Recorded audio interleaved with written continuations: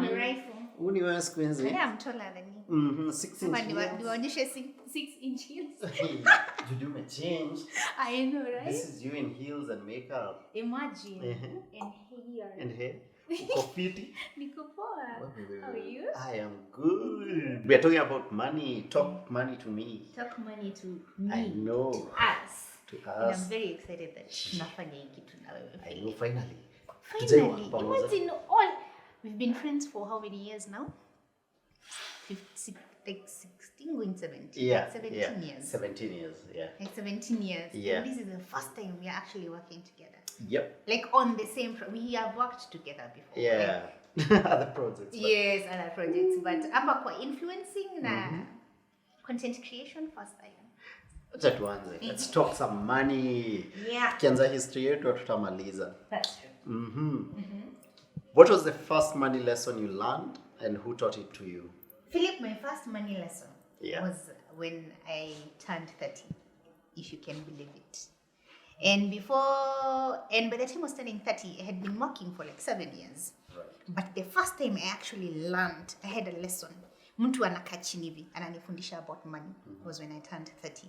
And it was actually with Val of Africa's Pocket. Right. Yes. Right. Yes. Imagine 7 years into earning money. After maliza your class, I was the first recipient. Nilikalishwa chini. Yes, nikamwambia. They took me through that class. So that was a on behalf class. of Val, thank you. Thank you, Val. Awesome. Yeah. And my first question to you is, what are some of the beliefs you had about money in your childhood?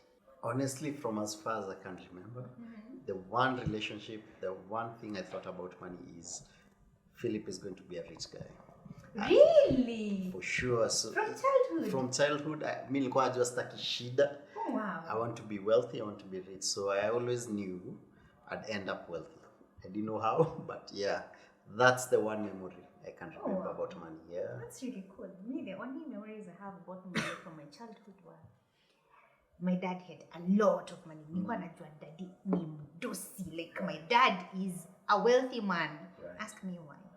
Why? Juu akikuja home every weekend alikuwa anakuja na box ya Britannia na zile ballgums. Unakumbuka ballgums?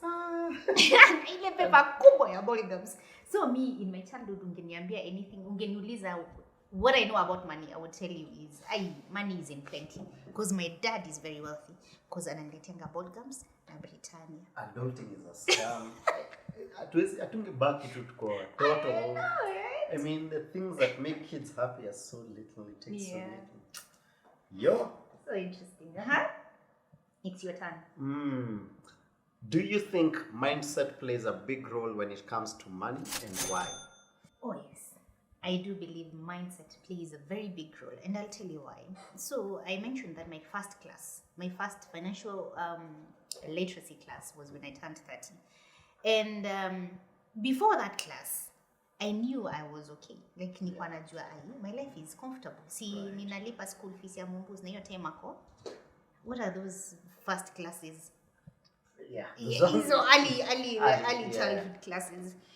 Tunalipa rent, tunalipa school fees, tunalipa stima maji. Life is good.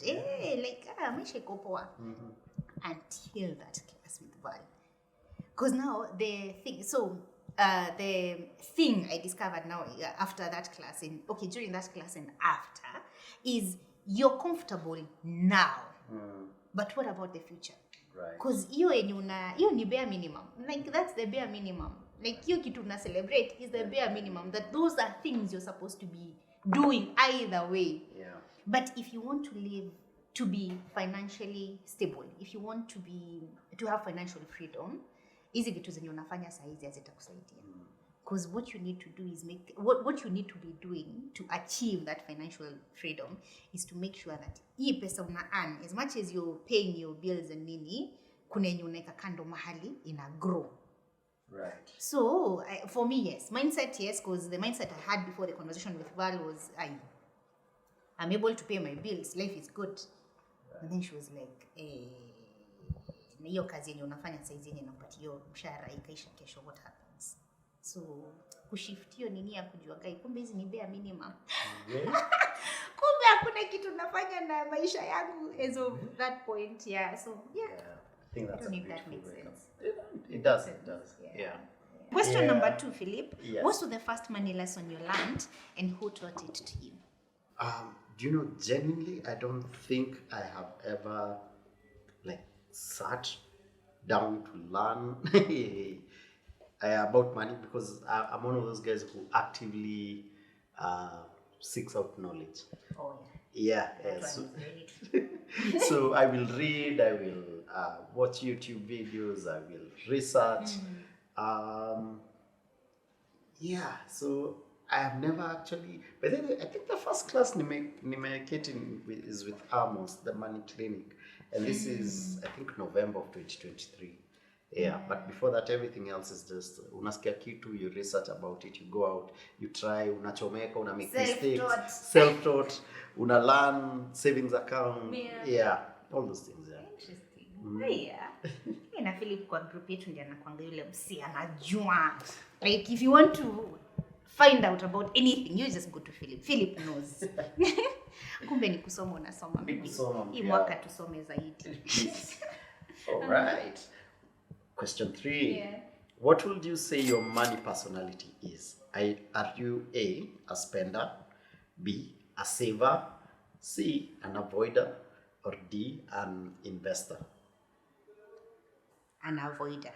Right.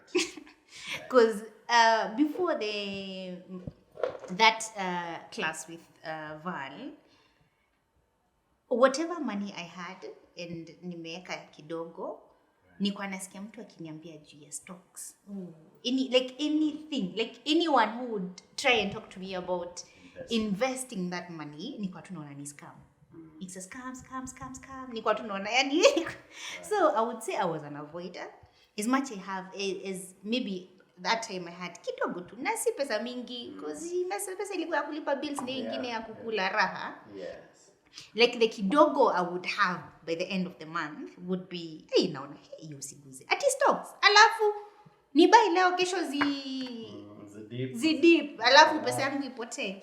Yeah, but I can say honestly for the past 5 years since that class, I would say now I'm slowly becoming an investor. I can't say that I'm there.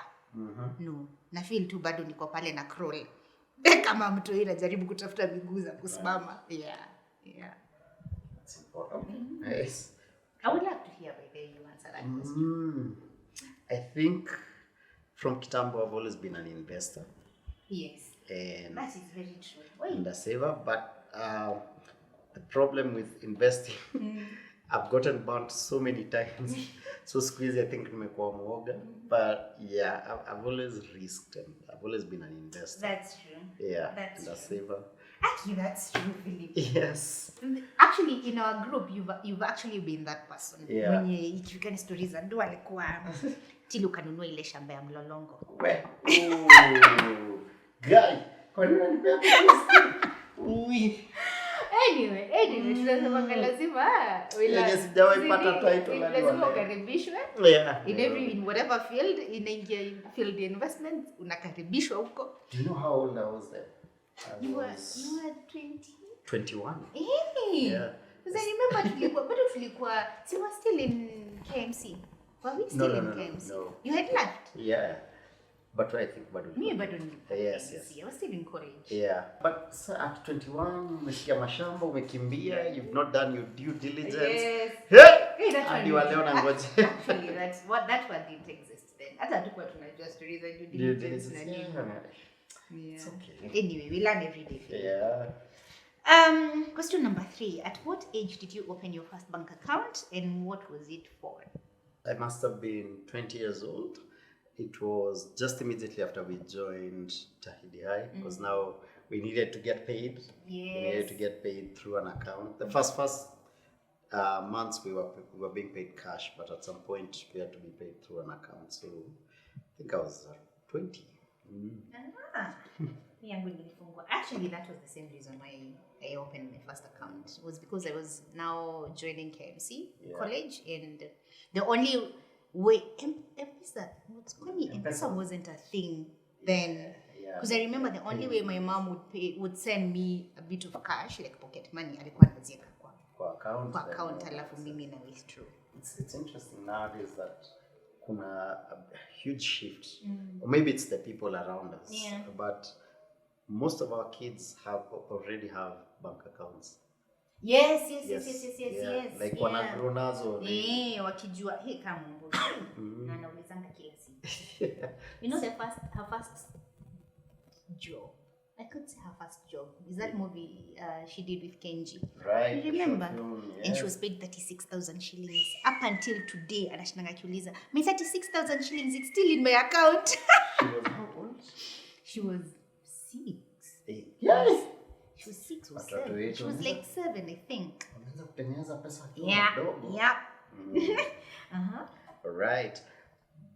What are some toxic money habits that you have struggled to let go of till today?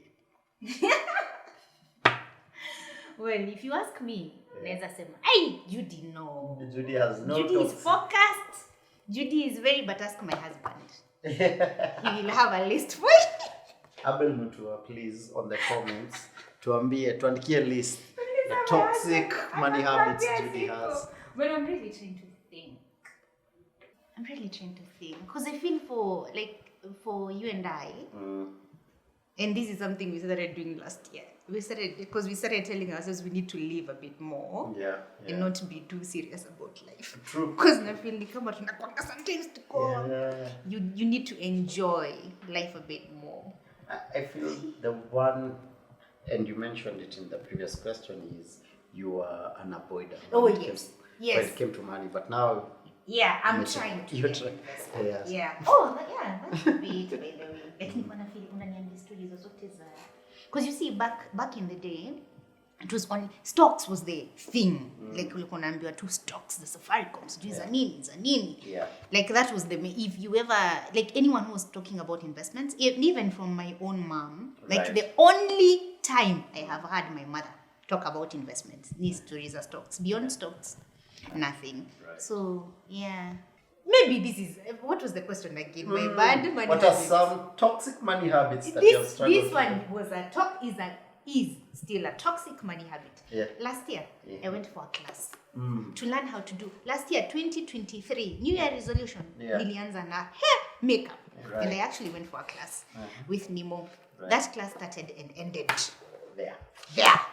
Na nilinunua products za makeup. Na zilikuwa pesa mingi vile. Ndio list ya Bell imeanza kujiandika. Actually, they were expensive. But this year we do better, Philip. Okay. This year we do better, yes. Aha, number 4. Nataka kusikia hii, by the way. Have you ever defaulted on a loan? What happened? Defaulted, no. Of course, kuchelewa lazima. So yeah, the usual. They'll send the threats, watatuma emails, utapigiwa simu. Yeah, I've never defaulted, but I've made late payments. Yeah. I think about defaulting. There are many, quite many. Yeah, not defaulting. Sorry, late payments. Late payments. Yes, but eventually we do pay. Right. Okay. Question 5. How do you keep track of your money and investments? Do you use any apps? What we've done is we came up with a plan. And this plan is how we were going to allocate money for the different projects or for the different needs we have as a household. And you see, there's as a household, and then there's as a family. Right. And then there's as couples, because pia si kuna vitu tunataka tu kufanya zenye ni zetu, kuna vitu tunafanya for the house, and then kuna vitu zenye tunafanya for the family.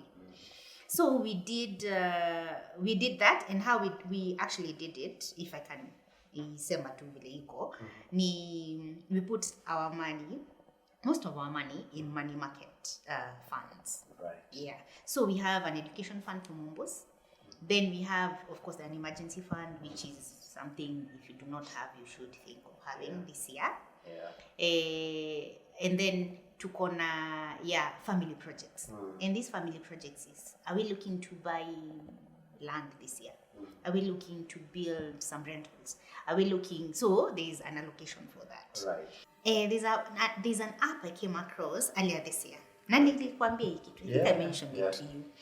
The app is called Cashlet. So the reason why it got my attention was the fact that you're saving while investing. Right. I will explain because so the least amount of money you can save on that app is from 100 shillings. Right. Yeah. So say I have my 100 shillings. I load it onto the app. Nimeweka hapo nataka kusave. But other than just having the money sit there, like imekaa tu, they are actually working with some fund managers.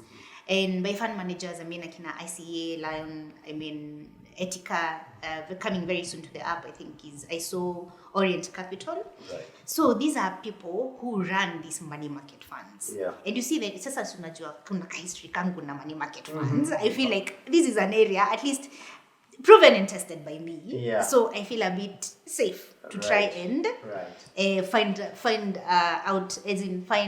out more. Is that correct English? Whatever about this app. Yeah. So my 100 shillings nime save. Right. But naenda hapo na select between ICA, Lion, Etika and Orient Capital. Nataka kusave wapi pesa yangu naiweka hapo. And what happens is instead of your money just sitting there, it actually starts earning you an interest. Right. And guess what? Their interests are between 10 to 15%. Philip, tumeongelelea maneno ya inflation. Kabisa. The inflation rate in our country right now, they say is at 6%. Right. But wanasema inaweza kuwa even higher. Say it's even at 7 or 7.5. Yeah. So the kidogo understanding I have about money is if you're putting your money anywhere right now, if you're saving your money anywhere right now, and it's not earning you an interest that's higher than the inflation rate, then unapoteza nini? Pesa. Sasa imagine hii 100 bob yangu nimeweka mahali inaweza an interest of 10 to 15%. Si mimi niko tu sawa. Uko tu sawa. Si maisha yangu iko tu sawa. And you know it just imeni hit because by the way, as much as we are complaining in this country, Kenya has like amongst the least in terms of inflation rates. That's true. Out there. So if you're watching this from any other country that's not Kenya, diaspora, try out Cashlet, by the way. Kama interest rate ya hiyo country huko manziko high. Because Zimbabwe atongeleanga like over 200%. But I've been seeing like Nigeria and the rest it's over 20%. So that's good. That's good. And the other thing that also caught my attention was the fact that say I want to buy a car. We are in 2024. Nataka by December nikuwe nimenunua kagari kangu kazuri. Right. Do you know they actually help you actualize this goal that you have? Right. By unaenda hapo unasema I want to set a goal. I want to buy a vehicle by December. This vehicle is going to cost me 2 million Kenya shillings. Wanakusaidia. They calculate for you how much you need to be saving every week, every day, every week, every month for you to actually achieve your goal. That's a very good. No, wanakukumbusha. They will send you reminders. It can be very annoying. But I think for me, honestly, so far so good. Right. I said I've put a bit of money up.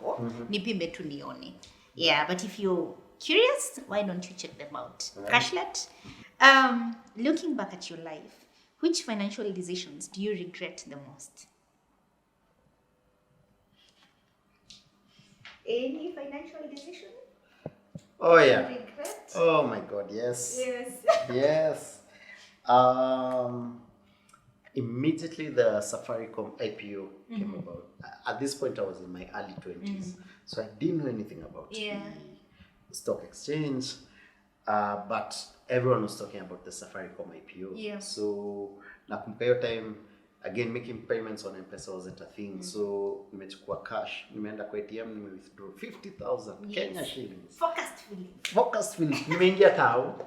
Nimeingia an investment firm that was famous because they used to advertise a lot. Nilingia tu hivi sikusaidika because one, I think they'd never seen a young person who's interested. who is interested, and then I didn't know anything. Yeah. So I think even the questions I was asking them were pissing them off. I don't know, for some reason they didn't assist me, and I didn't feel safe. So nilitoka na hiyo 50k nikaingia Phone Express nikanunua simu. Yo, now at that point, if for those who are old enough to remember, I think when the shares were going for 3 shillings when the IPO opened, Safaricom IPO, then because they were oversubscribed, they dipped to 2 shillings. Yeah. So at that point, that's when I was going to buy 50k worth of shares. I think I was calculating at the point when the Safcom shares were at the highest, I think they were 30 shillings or so. Your 50 bob ingekuwa around 750k. Hiyo kitu inaniuma. Ningeweka hiyo 50k na niongeze zingine. Alafu ile siku zitafika hapo 30 bob ni sawa. Hiyo inaniumanga. To date. Hey, Philip, you have always been that guy. You've always been that guy. But that was a good lesson. Now you know. Now I know. Now you're wiser. No. Nessid is not working. Any story for another day. Yeah. Okay. Question number 6. This is yeah. In what way has money been a source of conflict in your relationships? Honestly, and I think you can agree with me, like between Abel and I, like when it comes to our marriage, money has never been a conflict. Right. Like money has never, ever been a source of conflict. Right. I think it's because we started out with nothing. Yeah. And we've built everything that we have together. Right. So I think it's a source of conflict. If anything, by we are very good when it comes to our money conversations. Hapo tunakuanga aligned vizuri sana. But since we are talking about relationships other than marriage. Naweza sema hapo kwa black tax. Hapo kwa black tax, man. Every African. I think hapo tuko wengi sana. I think hapo tuko wengi sana. Because it can be quite something. I think tunafaa kuwa na conversation ya black tax na to invite therapists. Oh, yo, man. I talk to a lot of people, men, women, and your black tax is a big thing in this country. It is a very big thing. It's heavy, and I think there needs to be a whole coursework on that. I agree. Oh, that's true. Na hiyo point tunaimalizia tu hapo. Hata tuta-expound. Wejua tu black tax. Serious. What do you think Kenyans struggle the most with when it comes to money? To be very honest, the concept of saving. As Kenyans, we have a bad culture. When you travel kidogo, you realize out there by this saving is like such a big deal. Like, how are you a human being without savings? You know, and in Kenya, most of us live hand to mouth, and we strongly have a bad culture when it comes to money. And something I always say about leadership, it starts from the top. Right now, we're struggling as a country with debt. So if the country is struggling with debt, sisi kama citizens, and I've always said when it comes to presidents, for example, it's not about the infrastructure they build. For me, it's always about the culture you live. And if you look back at the last, let's say, 10 or so years in this country, the companies that thrived the most were betting companies and money lending apps. Ooh. Hey, apps. I don't know what that says about a former president, but unfortunately it's a fact, and Kenyans will rush to kukopado, whether it's Fuliza or Mshwari, wherever, watakimbia huko faster than they will run to download a saving app. Most people on their phones have money lending apps and not saving and investment apps. Oh, that is so true. Yeah, so it's yeah, we just have a bad culture. I was talking to some bankers a while back. It's something we need to educate. People are taking loans and they have money in their accounts.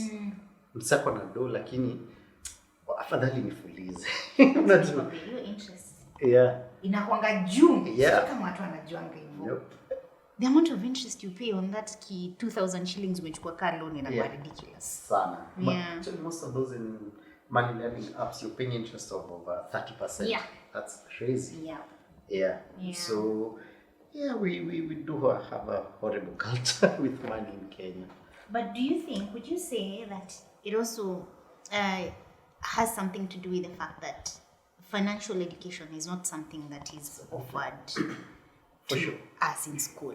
For sure. Like, why is it not a course in school? Like from primary huko chini. Inafanyanzia class 1.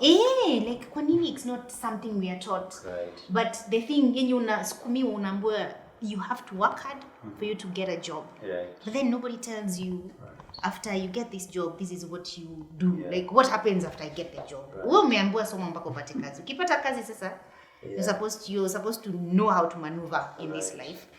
So I honestly believe the reason why we, like you put it, we have a bad saving culture would also maybe has something to do with the fact that financial education is not something that is true. we have been offered. And even amongst families, we don't talk about money. Hey, money has always been a taboo. Yeah. Which is so weird. I find it so weird. And I think that's the reason why it's easy to know. Yeah. As we have very open conversations about money. And I have noticed it's actually in our circle of friends. Yeah. Sisi hatunanga shida ya kuongea. Like with even akina team sele, like every time we have a sit down tukiwa sisi wote hivyo. And we have open conversations like about money. Juu ifai kuwa ni tabu. Alright. Tutakuwa kwa kazi moja alafu mimi nalipwa pesa mingi kukuliko. Ama unaweza lipwa pesa mingi kuniliko. Juu hatuongelei stories za do. Yeah, so financial education, maybe that's something we need. Maybe talk money to us. Yeah.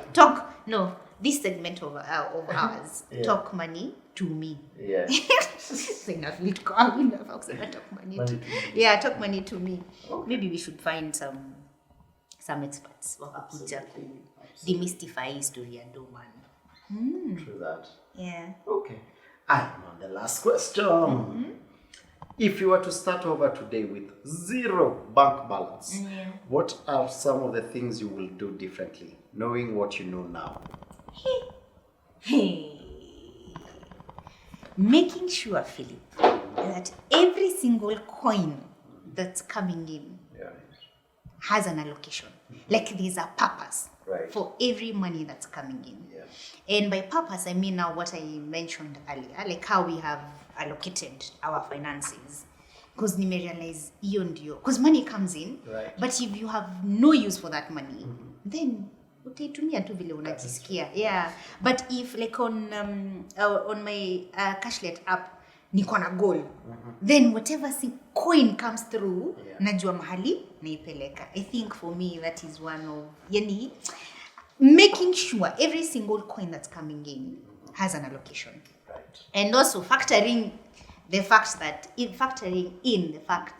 that tuko kuna inflation. Yeah. So usisahau, kumbuka whatever wherever you're saving your money, make sure it's earning you a higher interest than the inflation rate. Yes. And the final question, Philip. Yes. Yeah, I think you mentioned this, but yes, unaweza tutuambia tena. What are some of your favorite features on Cashlet? I jumped on that earlier. Yeah. My favorite features on the Cashlet app. One, you're saving while you're investing. I love that bit because of what you've talked about, inflation versus interest. Yeah. Number 2, the amount required. What people think when it comes to saving and investing, like you need some lump sum amount somewhere to invest. Oh my God, yes. The trick about money is ile time umepata do hata kama 50, okay, so moja for this app it's 100 shillings. Yeah. And you don't have use for it at that moment, throw it in the saving and investment app. So the minimum amount really excites me. It's 100 shillings. So you So you really have no excuse. no excuse to save. Yeah. And then finally, for me, it was the security. This is a company that has gone for incubation under the CMA, so they are regulated heavily.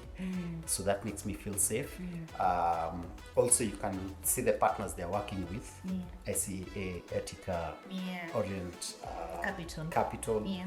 So sio ati watahepa na pesa zetu. So I feel safe. Yeah. And then finally, the level of what?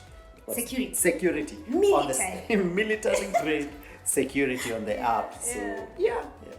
Those are. But I didn't know that. I didn't know. Because of the app we're building our site, Philly TV. Now you start talking to cybersecurity guys, and now they explain these things to you. So there are levels of security, and you start understanding your local bank apps, operate on a certain level. But there's also now apps higher than that, which are on a military level, security level. So, and Cashlet is on that level. So this is a shameless plug. Yes. Download Cashlet. Go check them out. Yeah. Alafu tuambie. Yeah. Because honestly, I will go back to your point. Hii ni ya kufunga hata tumeweka chini. Because I sometimes I feel like going back to the poor culture of saving. Is as Kenyans we assume that lazima nikuwe na pesa ndio ni save. Right. I think like hiyo kidogo yenye unatengeneza. Hiyo kidogo hiyo ndio ina build wealth. Yeah. Like wealth is not built by tilo nimeamka nimemake 10 million. Money. Ni from 50 bob, 100 bob, even. If there's something I've learned about money and making money, we all wait for that one big payday. Yes. That payday never comes. It never comes. With money, it's about compounding. Yes. Leo una save 1,000, kesho una save 10k, kesho ingine una save hido. Yeah. And the more you save, when the opportunities do arise, you have your, like, I think one opportunity in 2023 was the